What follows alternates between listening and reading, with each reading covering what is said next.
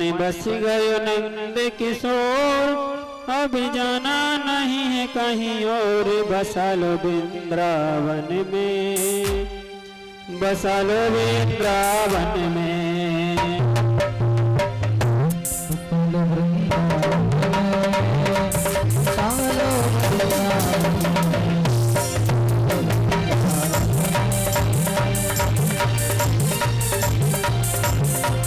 बस गयो नंद किशोर, अभी जाना नहीं कहीं और। बसा लो वृंदावन में, बसा लो वृंदावन में, बसा लो वृंदावन में।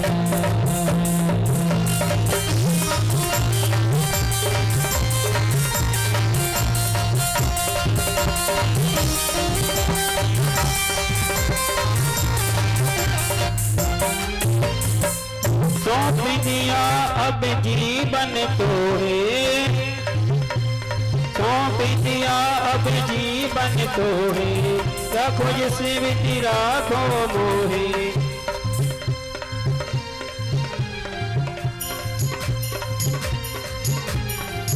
तेरी दर पे पड़ी हूँ सब छोड़, तेरी दर पे पड़ी हूँ सब छोड़।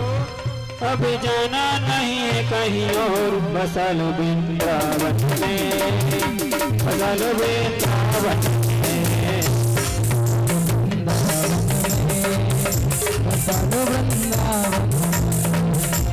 बस गयो नंद किशोर, अब जाना नहीं है कहीं और। बसा लो वृंदावन में, बसा लो वृंदावन में, बसा लो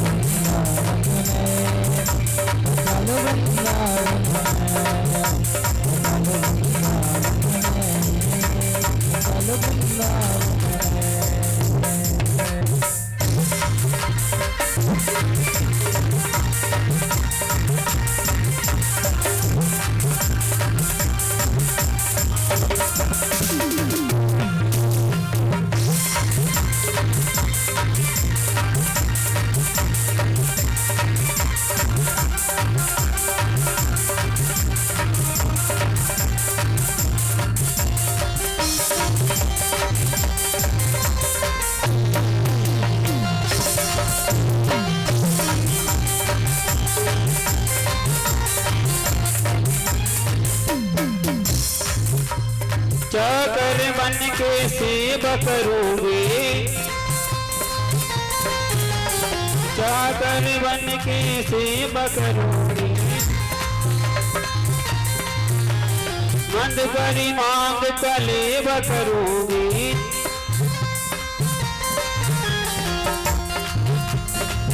तेरी तरफ से करूंगी उठ वो, तेरी तरफ से करूंगी उठ वो। अब जाना नहीं है कहीं और। बसा लो वृंदावन में, बसा लो वृंदावन में, बसा लो वृंदावन में, बसा लो वृंदावन में।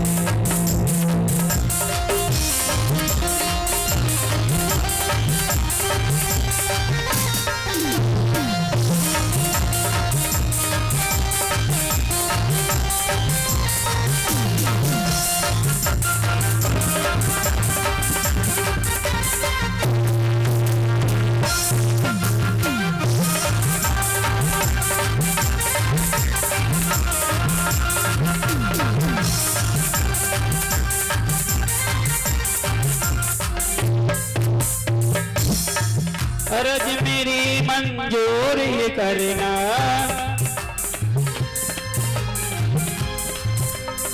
अर्ज मेरी मंजूर ये करना।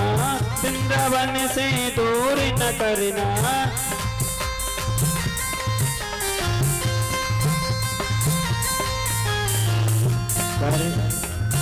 कहे मधु बिहारी जी कर जो, कहे मधु बिहारी जी कर जो। अब जाना नहीं है कहीं और। बसा लो वृंदावन में, अटल वृंदावन अटल वृंदावन अटल वृंदावन।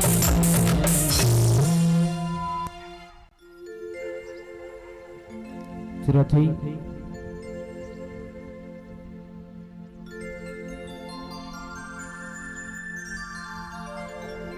एक बार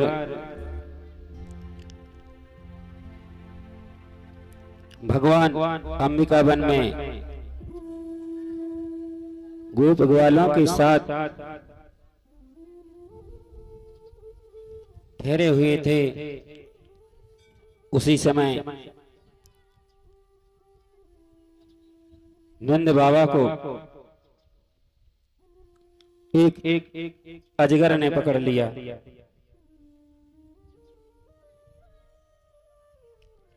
यह देखकर के सभी चिल्लाने लगे और भगवान कृष्ण को बुलाया। तब भगवान ने अपना चरण स्पर्श कराया, जिससे वह दिव्य रूप को प्राप्त हो गया।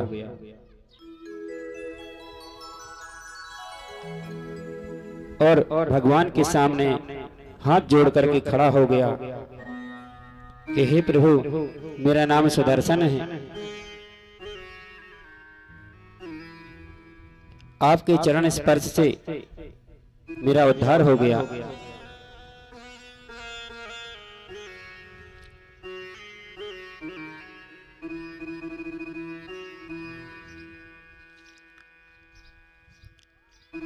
एक बार ठाकुर जी ग्वाल वालों के साथ गंगा चराने के लिए गए। वहीं पर अरिष्टासुर एक बैल का रूप धारण करके आ गया और घोर गर्जना करने लगा।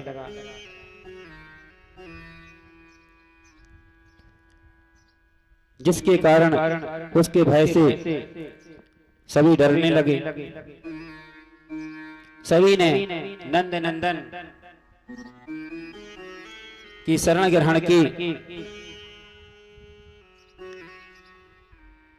तब वह भगवान ने उसको ललकारा तो वह दौड़ता हुआ भगवान कृष्ण के ऊपर टूट पड़ा। तब भगवान ने उसके सींग पकड़ करके उसको पटक दिया, जिसके कारण वह खून की उल्टी करने लगा और उसके प्राण पखेरु उड़ गए।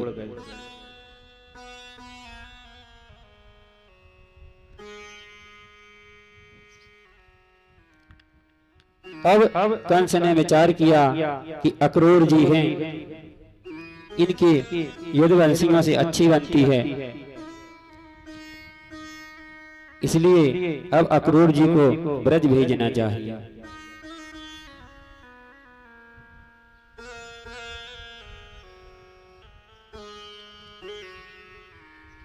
क्योंकि देवर्षि नारद ने आकर के कह दिया था कि जो वासुदेव हैं, इन्होंने अपने पुत्र को नंद के यहाँ छिपा दिया है। क्योंकि नंद के यहाँ पुत्र नहीं, पुत्री ने जन्म लिया था। और जो बलराम हैं वह रोहिणी के पुत्र हैं। तब उसने विचार किया कि इनको मारना चाहिए, इसके लिए अक्रूर ही उचित होंगे लाने के लिए। और कहा जब आ जाएंगे तो मुष्टिक चारण आदि से इनको लड़वा कर मार दिया जाएगा, कुवलिया पीठ से कुचलवा दिया जाएगा। और कहा धनुष यज्ञ भी कर लेते हैं, शिव जी का जो धनुष रखा है कि हम धनुष यज्ञ के कारण इनको बुला रहे हैं।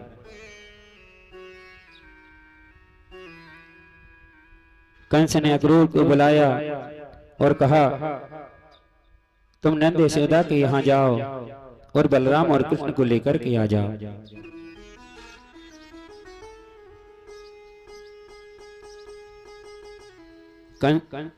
कंस के कहने पर अक्रूर जी ब्रज को चल दिए। कंस ने केसी और व्यामासुर से कहा कि तुम रास्ते में ही इनको मार देना।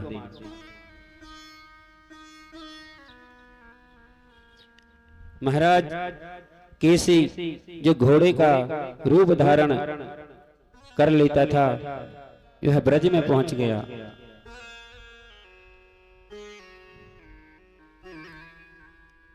उसकी हिनहिनाहट से सारी दिशाएं भर गईं।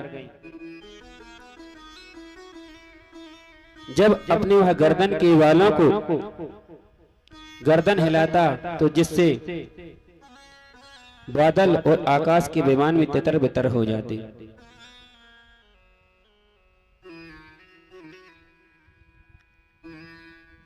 ब्रज में जाकर के जहां बलराम और कृष्ण थे, वहीं जाकर के यह उनको मारने के लिए दौड़ा।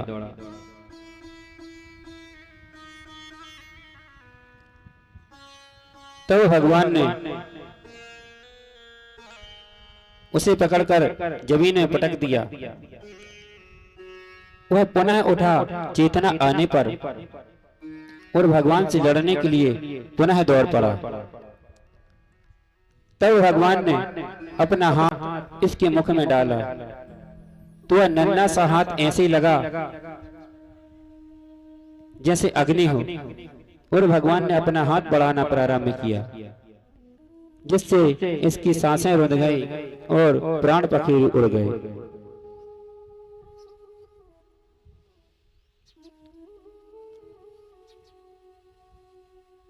एक व्यामासुर नाम का असुर था।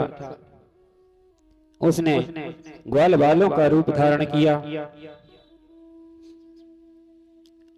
और ग्वालों बालों के साथ खेलने लगा। खेल क्या था? कोई चोर बनेगा और बच्चों को छिपाएगा। महाराज व्यामासुर चोर बन गया और एक एक करके सारे बच्चों को गुफा में छिपाने लगा। जब भगवान ने देखा कि इतने सारे बच्चों में से 4-5 बच्चे ही बचे हैं,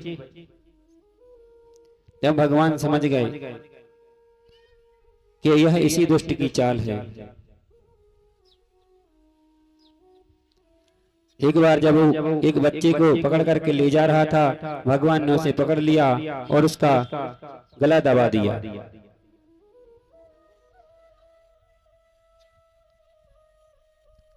और उसके प्राण पक्षी उड़ गए।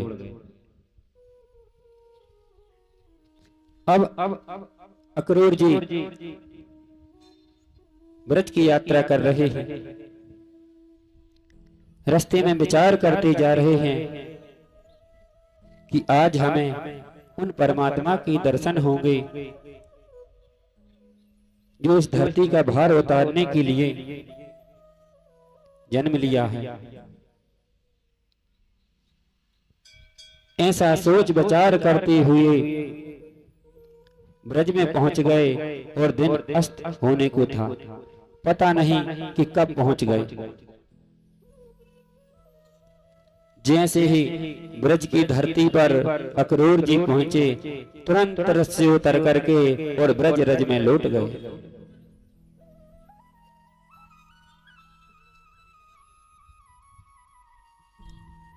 और तुरंत ब्रज रज में लौट गए।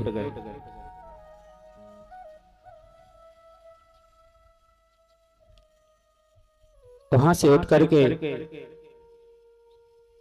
वह नंद के घर में पहुंचे। वहां उन्होंने क्या देखा कि भगवान कृष्ण पीतांबर धारण किए हुए हैं और बलदाव नीलांबर धारण की हुई है। गौशाला में दोनों बैठे हुए हैं। अक्रूर जी जाकर के साष्टांग लेट गए, भगवान को प्रणाम किया है।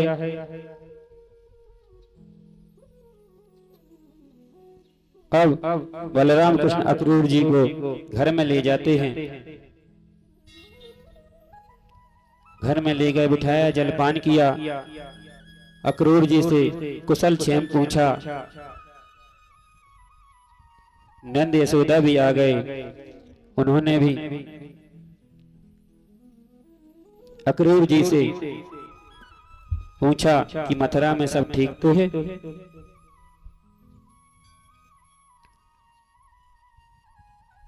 श्री सुखदेव जी महाराज कहते हैं कि अक्रूर जी ने श्री कृष्ण से कहा कि हम कंस का संदेशा लेकर के आपके यहां आए हैं। बोले कंस ने आपको बुलाया है कि कृष्ण को मथुरा से ले आओ, गोकुल से ले आओ। नगर में ढिंढोरा पीटा गया कि कल बलदाव और कृष्ण मथुरा जाने वाले हैं। सभी गोपियां झुंड के झुंड बन करके आ गई कि हमारे प्राणों के प्रीतम को तुम क्यों ले जा रहे हो।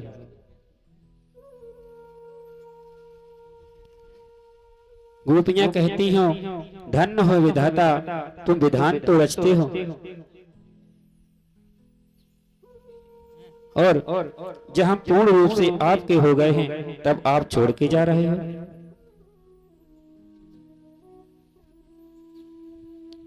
कुछ गोपियां कहती हैं कि जाएगा क्यों नहीं, नगर की, और यदि जाएगा तो नगर की गोपियां इसको अपनी ओर खींच लेंगी। अब इसको हमारी इन गवार ग्वालिनों का करना क्या है, इसलिए तो यह जा रहे हैं। और कहती हैं इतना कि यह कितना निर्दयी है, इसमें अक्रूर का क्या दोष जब यह स्वयं जाने के लिए तैयार है। कोई कहती हैं इनका नाम अक्रूर नहीं, इनका नाम तो क्रूर होना चाहिए। सुबह हुई, रथ पर बलराम कृष्ण बैठे, गोपियां आकर के रथ को रोक लिया। तब भगवान कृष्ण ने कहा कि अभी मुझे जाने दो, मैं फिर आऊंगा।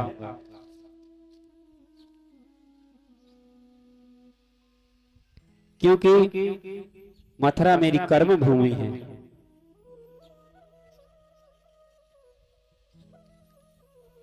इस प्रकार से भगवान कृष्ण और बलराम रथ पर बैठ करके आगे चले। जहां तक रथ की धूल दिखती गई तब तक गोपियां देखती रही कि हो सकता है कि हमारा कन्हैया लौट करके आ जाए।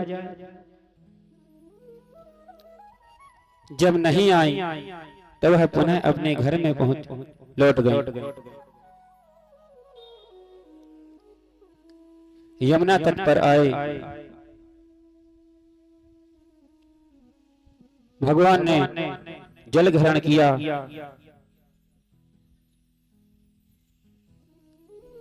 और बलराम और कृष्ण रथ पर बैठे। अक्रूर जी ने मन में विचार किया कि अब स्नान कर लेते हैं।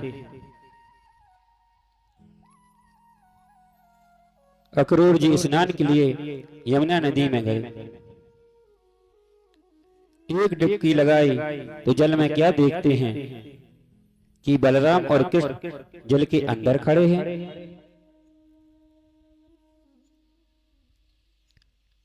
देखा तो अचंभा हुआ।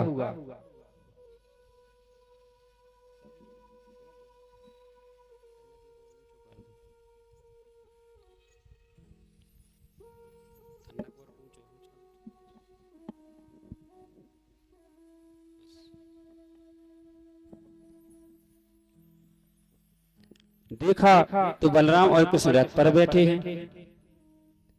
पुनः डुबकी लगाई कि हो सकता है मेरी मन का भ्रम हो। पुनः डुबकी लगाई तो अक्रूर जी क्या देखते हैं कि शेष शैया पर कृष्ण कन्हैया बैठे हुए हैं, सिद्ध चारण आदि उनकी सेवा कर रहे हैं, गंधर्व गान कर रहे हैं। देखा चरणों में लौट गए। पुनः जब बाहर आते हैं तो देखते हैं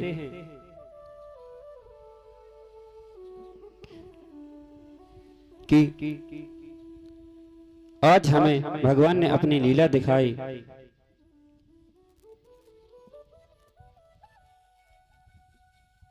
और भगवान की स्तुति करते हैं।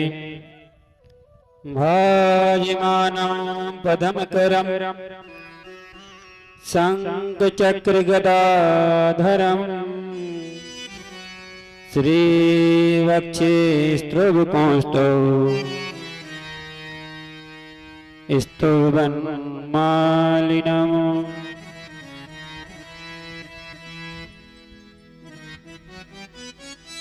हे प्रभु, शंख चक्र धारण करने वाले,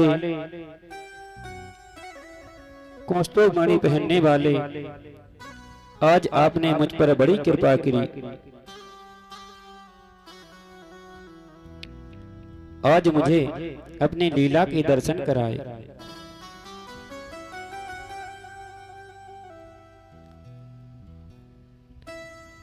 बार बार प्रार्थना करते हैं। श्री सुखदेव जी महाराज लिखते हैं, नमस्ते वासुदेवाय नमः संकर्षणाय च प्रद्युम्नाय अनिरुद्धाय सात्वन्ताय पते नमः। हे वासुदेव कृष्ण, हे संकर्षण, हे प्रद्युम्न, हे अनिरुद्ध, मैं आपको नमस्कार करता हूँ। नमस्ते वासुदेवाय सर्वभूतहृदाय च ऋषिकेशाय नमस्तुभ्यं प्रपन्नं पाहि मम प्रभो। मैं आपकी शरण में हूँ। रथ आगे बढ़ा और मथुरा में पहुंच गया।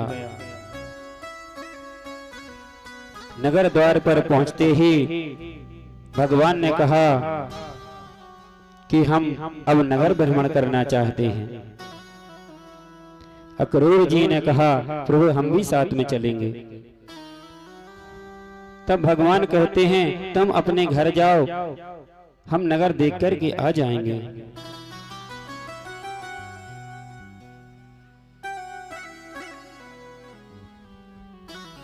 भगवान ने मथुरा नगरी को देखा। मथुरा नगरी के परकोटे स्फटिक मणि से बने थे। ऊंचे ऊंचे दरवाजे, घरों में बड़े बड़े फाटक, सोने के किवाड़ लगे हुए थे। नगर में चारों तरफ से तांबे पीतल आदि की दीवारें बनी हुई थी। खाई के कारण नगर में कोई प्रवेश नहीं कर सकता। सुंदर सुंदर उपवन हैं। नगर की अटारियों पर मथुरा की गोपियां, स्त्रियां भगवान को देखने के लिए खड़ी थी, क्योंकि उन्हें बहुत सुन रखा था उनकी लीलाओं के बारे में। कहती हैं, आज मेरा बड़ा सौभाग्य है जो आज हमें नंद नंदन के दर्शन प्राप्त हुए। धन्य है वो माता जिन्होंने इनको जन्म दिया। बोलो माँ को हरि लाल की। भगवान ने विचार किया, नगरी में तो आ गए हैं, अब वस्त्रों का इंतजाम भी हो जाए। महाराज कंस का सेवक रजक, जो कंस के वस्त्र धोता था, भगवान ने उससे प्रार्थना की कि मेरे योग्य को सुंदर से वस्त्र दे दो। था तो कंस का सेवक, कहता है कि तुम ग्वाल बालो वन में भटकते हो, तुम क्या जानो इन वस्त्रों को पहनना, जाओ यहां से भागो, नहीं तो मैं तुमको मारूंगा। भगवान ने एक तमाचा दिया और सर धड़ से अलग हो गया।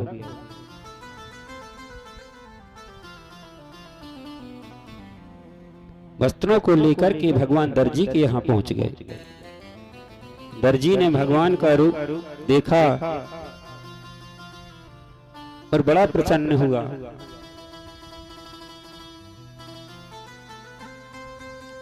अहो भाग्य हमारे, जो आप हमारे घर में आए हैं, अपनी चरण धूलि से मेरे ग्रह को आपने पवित्र किया है। कहो प्रभु आपकी क्या सेवा करें। भगवान कहते हैं जो हम वस्त्र लाए हैं हमको बहुत ढीले पड़ रहे हैं, तुम इनको पहनने के योग्य बना दो।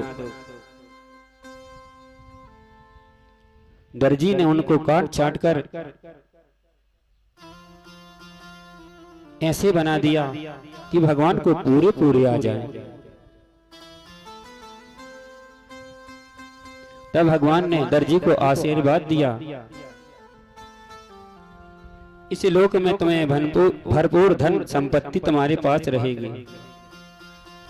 तुम्हारे कुल के साथ लक्ष्मी बढ़ेगी, दूर तक देखने सुनने की शक्ति तुम में रहेगी।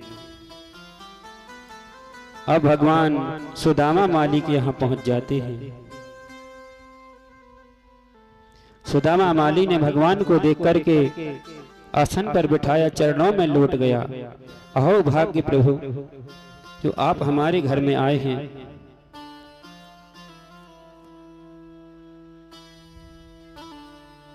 हमारा तो कुल ही पवित्र हो गया। माली ने सुंदर सुंदर मालाएं बनाई और भगवान को पहना दी।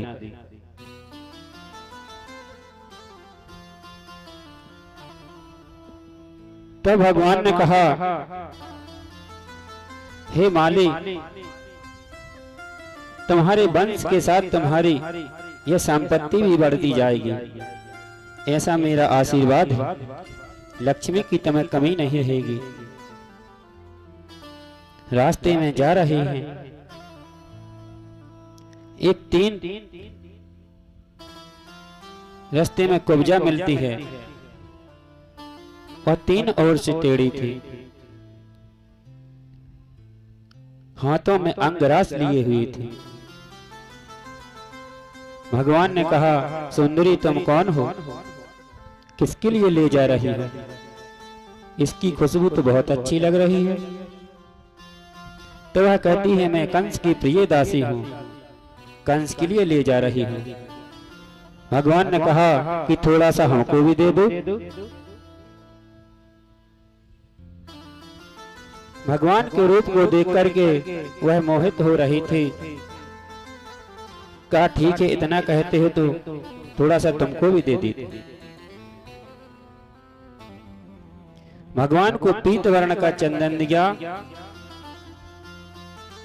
और बलराम जी को लाल रंग का अंगरास लगाया। भगवान ने सोचा कि अब कुब्जा पर भी कृपा करनी चाहिए। पैरों से पंजों को दबाया, फिर ढोड़ी पर हाथ लगाया और थोड़ा सा कुचका दिया। वह सीधी खड़ी हो गई, सुंदर रूप बन गया। जैसे ही भगवान आगे बढ़ने लगे तो भगवान के दुपट्टे का छोड़ पकड़ लेती है। हे प्रभु, आप मेरे घर आइए और मेरी इच्छा को पूर्ण कीजिए। तब भगवान ने कहा, कुब्जा, मैं फिर कभी आऊंगा। वहां से जाकर भगवान यज्ञशाला में पहुंच गए, जहां शिव जी का धनुष रखा हुआ था। और यज्ञ में धनुष रखने वाले ब्राह्मणों ने कहा था कि यदि यह धनुष टूट गया तो जो यज्ञ करा रहा है उसकी मृत्यु हो जाएगी। भगवान यज्ञशाला में गए, सेवकों ने रोका कि तुम वहां नहीं जा सकते। भगवान ने कहा क्यों नहीं जा सकते, हमको वहां करना क्या है, जाकर के एक शिव धनुष के दर्शन करेंगे, मस्तक नवाएंगे और वहां से आ जाएंगे। सेवकों ने कहा इतनी कह रहे तो जाने दो। भगवान धनुष के पास गए, सिर नवाया और भगवान शिव को प्रणाम किया। भगवान कहते हैं कंस के सेवकों से क्या इसको उठा सकते हैं? सेवक हंसने लगे, जो 10-10 लोगों पर नहीं उठता ये छोटे छोटे बालक क्या उठाएंगे। कह दिया उठा लो। भगवान ने एक हाथ से उठाया और जैसे ही प्रत्यंचा चढ़ाई वह धनुष टूट गया। टूटने से इतने जोर से शब्द हुआ कि सारा आकाश गुंजायमान हो गया। कंस समझ गया कि जिसने धनुष तोड़ा है वही मेरा काल है।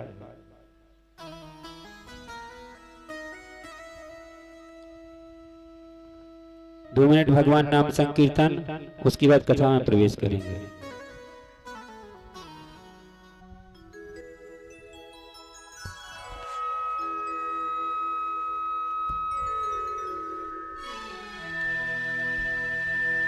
जैसी लगन तू लगा दे, जैसी लगन तू लगा दे, तेरे बिना पल ना रहूं, तेरे बिना पल ना रहूं, मैं तेरे बिना पल ना रहूं, मैं तेरे बिना पल न रहूं, मैं तेरे बिना पल न रहूं। मुझे ऐसे लगन तू लगा दे, मैं तेरे बिना पल न रहूं, मैं तेरे बिना पल न रहूं।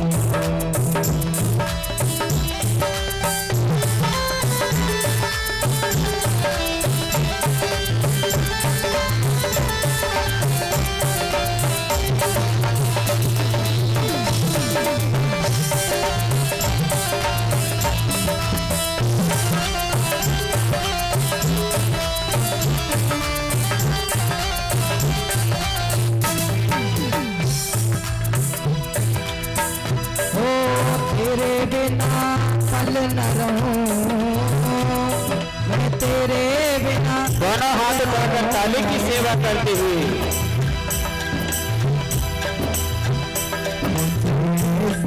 लगन तू लगा दे, तेरे बिना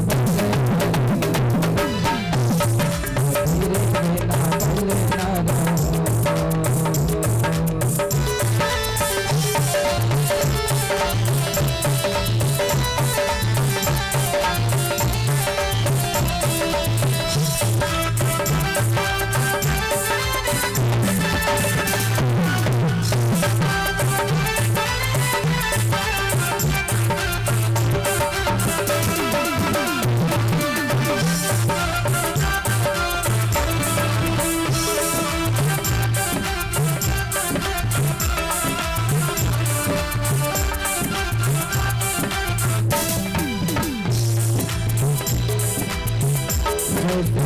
जल बिन मछली पल ना जिए, जैसे जल बिन मछली पल ना जिए, वैसे तड़प में घड़ी घड़ी तेरे लिए, वैसे तड़प में घड़ी घड़ी तेरे लिए। तू सा प्रेम वाला है सा चढ़ा दे, वाला ऐसा चढ़ा दे,